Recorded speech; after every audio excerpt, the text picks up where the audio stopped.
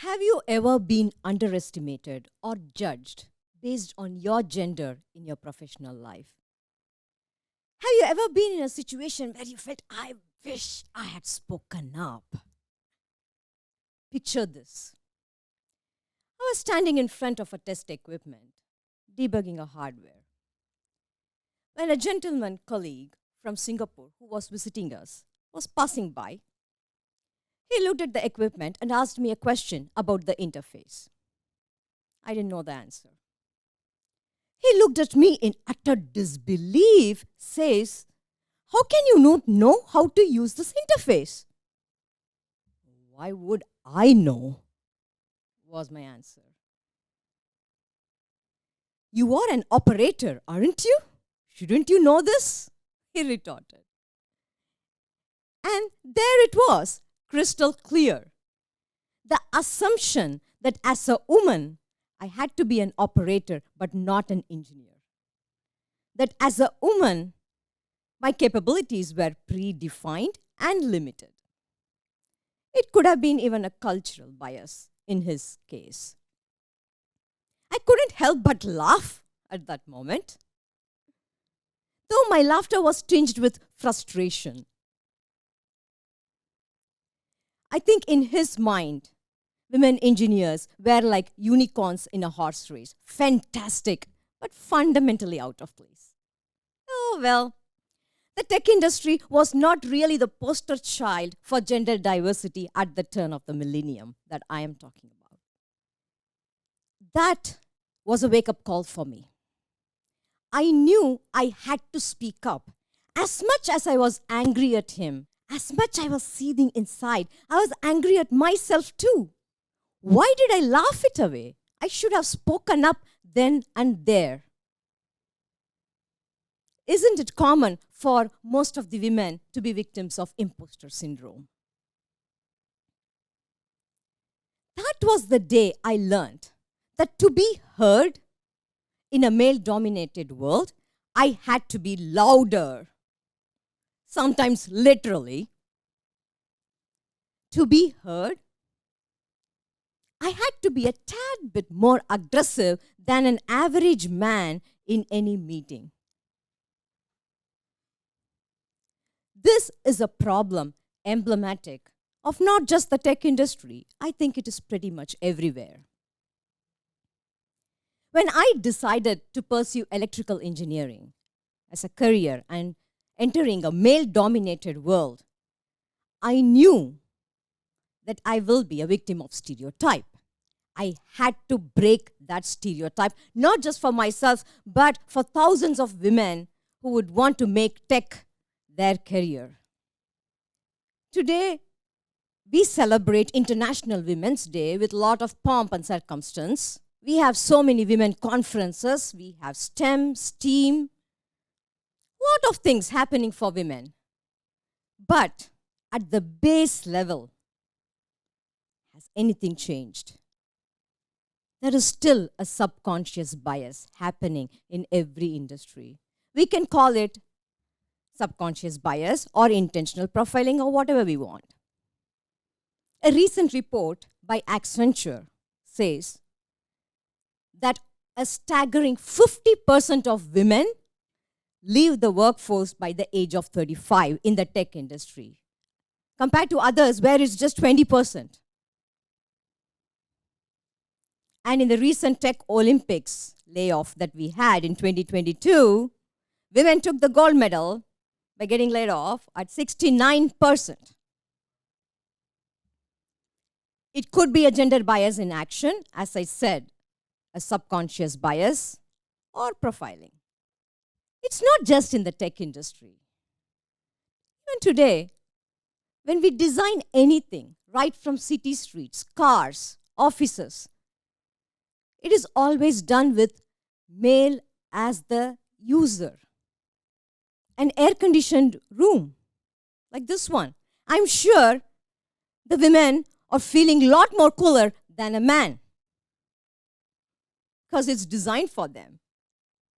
Oh, when we hit menopause, it's a different story, and that's a different speech altogether. When it comes to healthcare, this can actually be deadly for women. Let me explain. In general, when there are clinical trials happening, it is done predominantly with male subjects. In medical literature, women are grossly underrepresented. In a recent study by University of Chicago and University of California, Berkeley, the research suggests that women are over-medicated and suffer from excess side effects because most of the studies done have predominantly male as the subjects. And the way drugs react for women and men are different. The drugs tend to linger longer in the blood and tissues of women. The metabolism is different. I can relate to it very well. Let me share a snippet from my saga. During one of my cancer bouts, I had to go through chemotherapy, because of which the side effect is a reduction in your white blood cell count. So my white blood cell count was very low, and my doctor suggested a standard regimen for that, which was an injection, Neupogen, that is given for 5 days, one per day. After I took that injection for 5 days, my white blood cell count was 10 times than the upper recommended limit. I was a white blood cell producing factory right here. And that was a wake-up call for me. I knew I had to speak up and be aware of every single drug that I am ingesting. From that day on, for any medicine I take, I ensure I understand what it is, as to how it is ingested in my body, what are the side effects, and how to be prepared for it. And all the interactions a particular drug has with other medicines and supplements that I might be taking. Why am I talking about other medications? Let me explain. Because I have also had a kidney transplant, I go through a lot of medications. I pop them in and out. And one of them is a steroid, prednisone, which I take every single day. And that comes with its own side effects: high blood pressure, diabetes, high cholesterol, low mass density for your bone, etc., etc. In my lucky draw, I ended up with high blood pressure and low bone mass density, which is osteopenia. So to counteract high blood pressure, I am given a medication which can have an effect of lowering or highering your potassium. To counteract that, you take another medication. So for osteopenia, which is a full-blown osteoporosis, now you take another medication. And on top of it, if you take supplements, now I have a candy store of medications that I had to take care of, and I have to look for interactions. Well, talking about my transplant. I got my transplant way back in the late 90s, in 1998. As I said, I had just entered the tech industry then, and I was not ready for anything to ruin my career, because that was my dream. And so I decided to come to the United States on work 2 months after my transplant, from India to United States. My supervisors were very skeptical about it, as to how I would manage in an unknown world with minimal support, especially as a woman. I was not going to let any disease or my gender define my capabilities. And that's how I am here today, after so many years, standing in front of everyone. Through all these years, with 3 bouts of cancer, a kidney transplant, and 3 decades of working in the tech industry without a break despite all the health struggles. What I have realized is that resilience is a gift and a skill. A skill that is developed over battles with health and gender-based assumptions, culture-based assumptions as well. My journey has taught me the importance of self-belief, emotional regulation, and problem solving through support from an army of family, friends, colleagues, community, and doctors. They have all made me what I am today, the resilient me. So, to the gentleman from Singapore,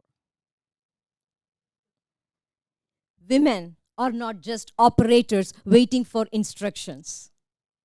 We are engineers, innovators, and survivors. Do not confine us in a box. We refuse to be confined in a box or let our challenges define who we are. To all the men out there, support the women in your life and at work. Support for gender diverse policies. You can change the game. It changed mine. The support from my husband and my male colleagues changed my game. To all the women out there who are navigating biases, barriers due to health issues or any other adversity, let us speak up, stand tall, and advocate for ourselves. If we don't, no one else will. We have to speak up. Let us not let our challenges define us or limit our aspirations. Remember, the most revolutionary and resilient thing you have is just being yourself. Thank you.